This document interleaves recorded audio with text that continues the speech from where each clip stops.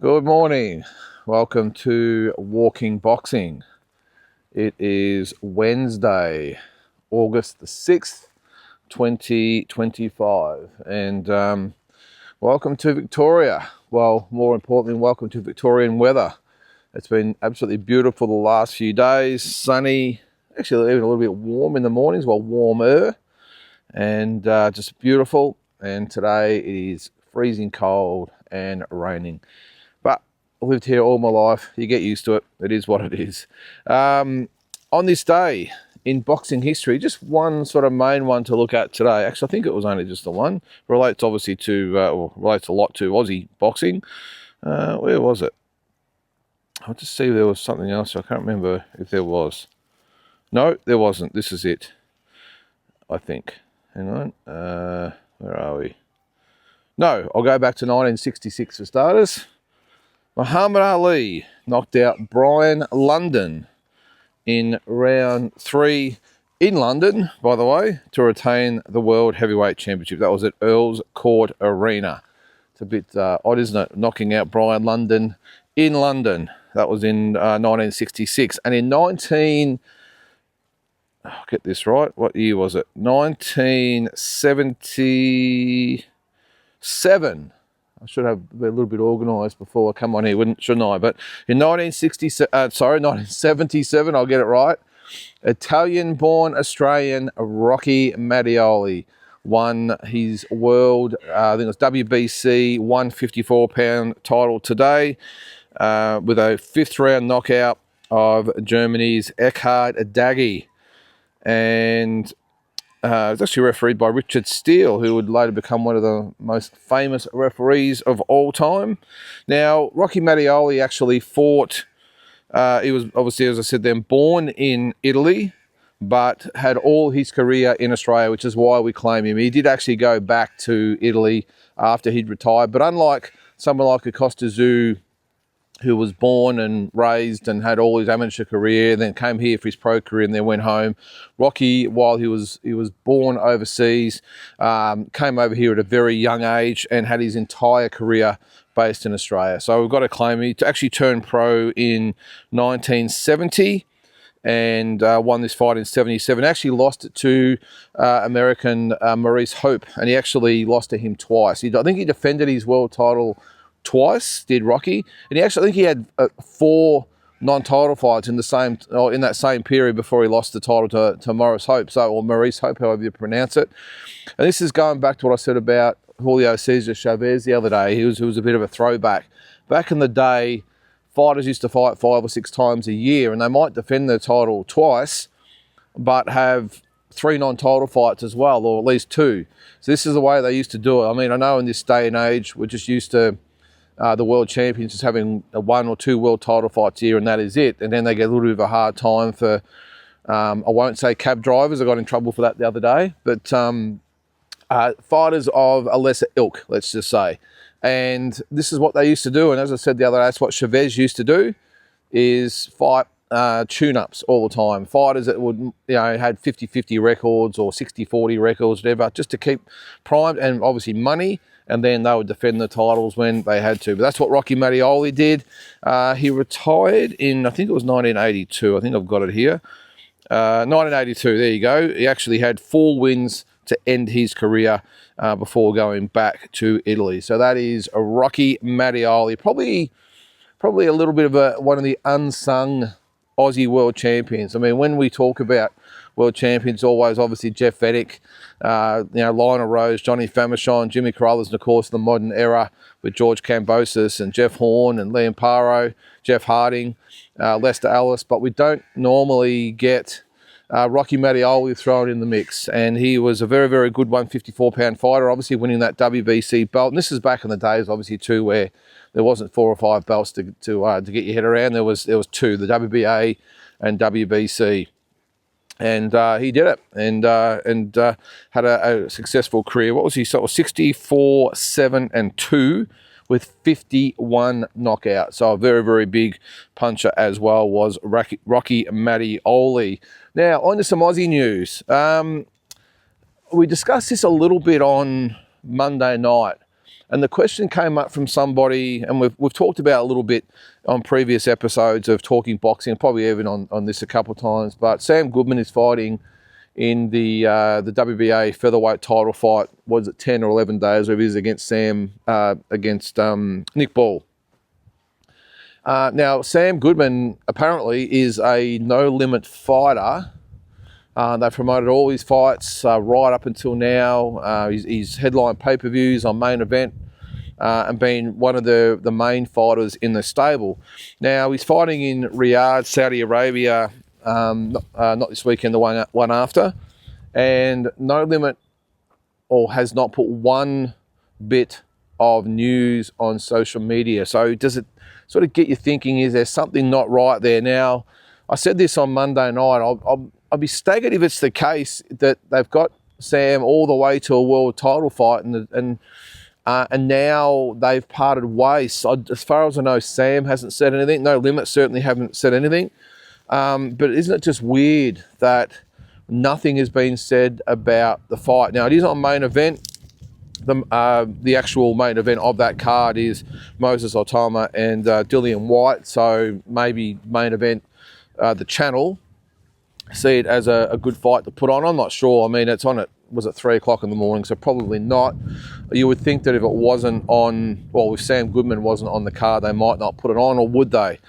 Don't know. But it's just very, very odd. Now, again, I commented on Monday night to say that maybe the promoters of Nick Ball wanted options on Sam. This is sometimes the case where a contender, they'll give an opportunity, but they say, look, if you win, then we have options on a couple of your fights or whatever it might be, or the rematch. Maybe it's got to the point where they wanted options in Sam and No Limit haven't liked it and didn't want to do it. And Sam said, no, I want to do it anyway. It's a world title fight, and they've separated. I don't know. I'm just completely guessing here, by the way, but I'm trying to read between the lines of what sort of happens in these situations. And it just doesn't make sense to me that No Limit, who have done a great job, by the way, in promoting Sam, have got him to the point of a world title fight and the wheels have fallen off and he's nowhere to be seen. It's not like they've been quiet on social media. Every day there's the videos of Nikita and Michael Zarafa, Jazzy Parr, Brock Jarvis, and all their other fights they're doing, but not one mention of Sam Goodman. Now, again, correct me if I'm wrong, if I missed something, I'm happy to own it, but I've looked through No Limit's social media and I haven't seen anything. I haven't, as far as I know, seen anyone from No Limit in interviews discuss Sam either. So it's just odd to me that something has happened now. I mean, they've been the whole career together and they've got that elusive world title shot. And as I said, the wheels are falling off and now there's no mention of it. I'm sure someone out there knows something, so fill us in, because look, it's not anything that keeps me up at night, but I was looking at it thinking, hang on, because I'll follow Sam on social media and see what he's up to. And, I really liked what's coming out of his mouth at the moment. He seems pretty confident and ready to have a crack, and that's great. Whether that's enough to beat Nick Ball is another thing, but it does seem, just a little bit odd to me that Sam Goodman is not getting any love from No Limit at the moment. Got to be a good reason, but I'd like to know what it is. On the world scene, I did discuss Ryan Garcia the other day. He's had a little bit to say, especially as far as his promoter, Oscar De La Hoya, goes. He was filmed. I got a feeling it was a bit of a setup, to be honest. He was at a party or something and he was on the phone apparently to Oscar, saying, don't call me unless you've got a $20 million offer. I mean, I think we all know Ryan well enough to know that was probably a setup.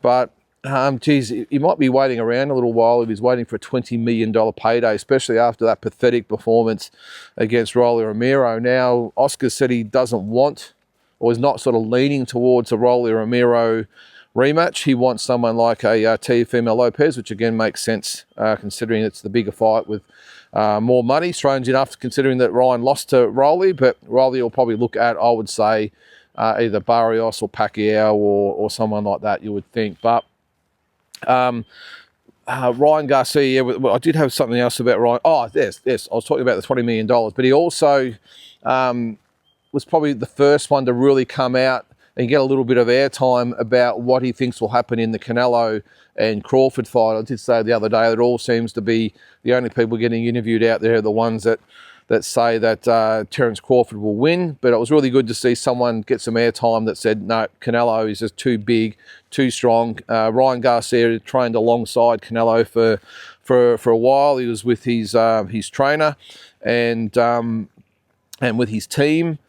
And he did say he probably expects a Amir Khan type of knockout that Canelo pulled off. Was it 2016? I was in the arena that night, and you could hear the crack from right up in the stands. It was pretty crazy. Look, it does make sense. The only thing I would probably say is here that, and Amir Khan was going up 2 divisions then too, by the way, just like Crawford is, or is he technically going up 3 divisions? He's only had that one fight at 154. But either way, I just think Terence Crawford is, 3 or 4 times the fighter that Amir Khan was, which I think holds him in good stead. But it does make a little sense when you think about it. I mean, there's going to be a lot of talk about this fight over the next sort of month or so, and everyone's going to have an opinion and everything else. But he did make sense. I mean, this is what makes his fight really hard to sort of gauge is that I can see all types of the scenarios. I can see the people that think Crawford will win with his IQ and his ring smarts and his talent.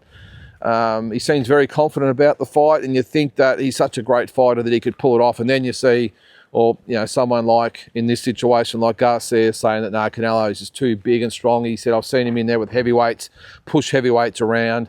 And in his opinion, he thinks that Terence Crawford might adapt or adopt a little bit of the Amir Khan.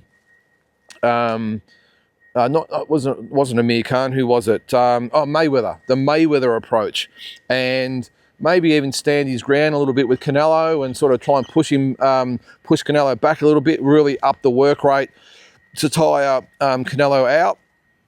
I did read something as well. Someone said the other day that Mayweather actually ran against Canelo. Go back and watch that fight carefully.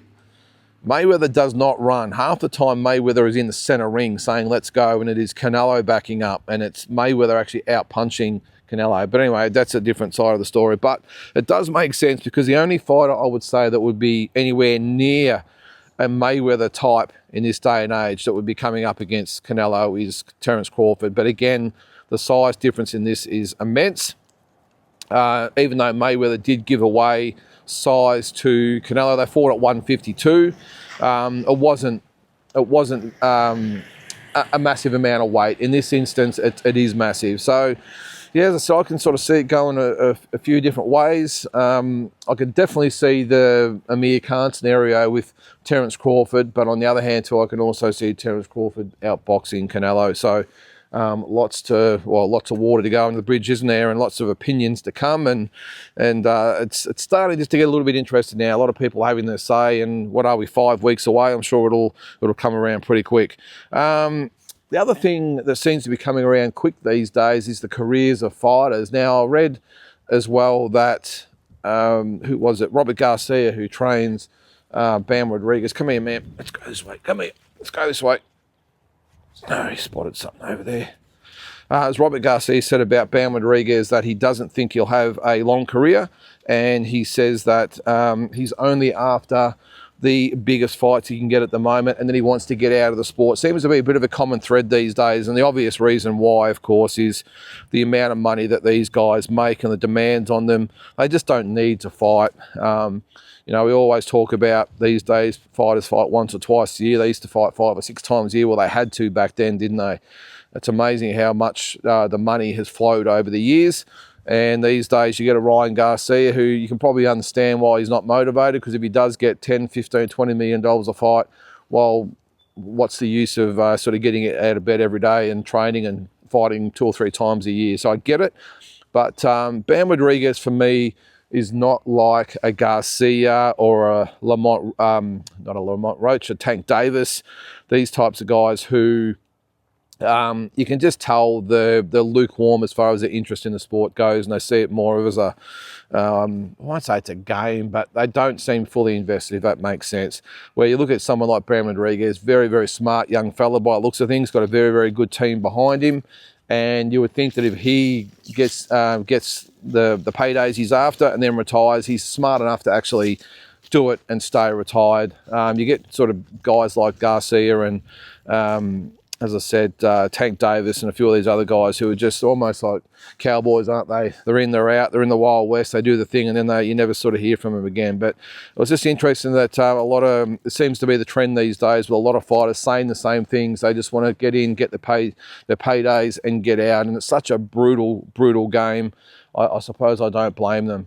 And as I said, Bam Rodriguez definitely looks like one of those fighters that is smart enough to get in and out. Now, one last thing I did see yesterday was not Freddie Roach, Teddy Atlas actually had an interview, and he listed his 10 biggest punches of all time, and it really sort of made me have a good look through it, because it was very strange to me, some of the fighters that he put in the list. Now, there was the obvious ones. I'll go through them in a sec there, but the obvious ones like Ernie Shavers and George Foreman and Mike Tyson, these guys. But there was a few people, or a couple of fighters he had in there that really sort of raised the eyebrows. And I'll go through them. At number 10, he had Bob Foster, the former light heavyweight champion. Yes, he was I thought a big-ish puncher, not a massive puncher, but yep, I'll take his word for that. Haven't seen a lot of Bob Foster, just a few of his fights a long time ago, of course, in the 60s, 70s, whatever it was. Number 9, this one certainly didn't surprise, Julian the Hawk Jackson, just a massive puncher. Joe Louis at number 8, Mike Tyson at number 7, Carlos Arate at number 6, George Foreman at number 5, Ernie Shavers at number 4. These are the ones that surprised me. Sugar Ray Robinson at number 3, Sandy Sadler at number 2, and Archie Moore at number 1. Archie Moore. Now, I'm not going to dispute what Teddy Atlas says, because he's obviously a boxing historian and knows his stuff. But from what I've seen of all those 3 fighters, Moore, Sadler, and Sugar Ray, none of them, in my opinion, were big punches. They were accumulation punches. I'm not sure whether he meant by that. I mean, they had a lot of knockouts between them, those guys. But I don't know whether he's sort of referring to the guys with the most knockouts or the biggest punches. Now, Sugar Ray Robinson, to me, certainly wasn't a big puncher. Certainly not a bigger puncher than George Foreman or Ernie Shavers or Julian Jackson. So to have him at number sort of 3, Sandy Sadler was a fantastic all-time great featherweight or lightweight. I think he was featherweight, and great fighter. But I didn't see him as a big puncher, and especially Archie Moore, just a cagey, wily, very smart, high IQ type of fighter was Archie Moore, but not a big knockout puncher. Again, had a lot of knockouts on his records, but not necessarily, in my opinion, a big puncher. I would have thought. You would have had guys like Thomas Hearns in there with that just devastating right hand. Roberto Duran, probably more at lightweight. Again, maybe more of an accumulation puncher, but they didn't call him Hands of Stone for nothing. Modern day, you've probably got Naoya Inoue. I just think he's a devastating puncher at that weight to be able to iron fighters out with one punch. Definitely puts him in the mix. Another one is Edwin Valerio. Now, if you're not familiar with Edwin Valerio, he passed away, was it 7, 8, might be longer, 10 years ago, whatever it was. He had, what was his record? Was it something like 32 wins with 32 knockouts, or 27, whatever it was. He had all his fights by knockout. His first 18 fights were first round knockouts. Now, I know it's easy to say, well, look at the competition he was fighting. I get that. But by all accounts, he was an absolute beast, was Edwin Valerio. And speaking of the beast, John the Beast Mugabe was another one who I thought might have got a bit of a run as well.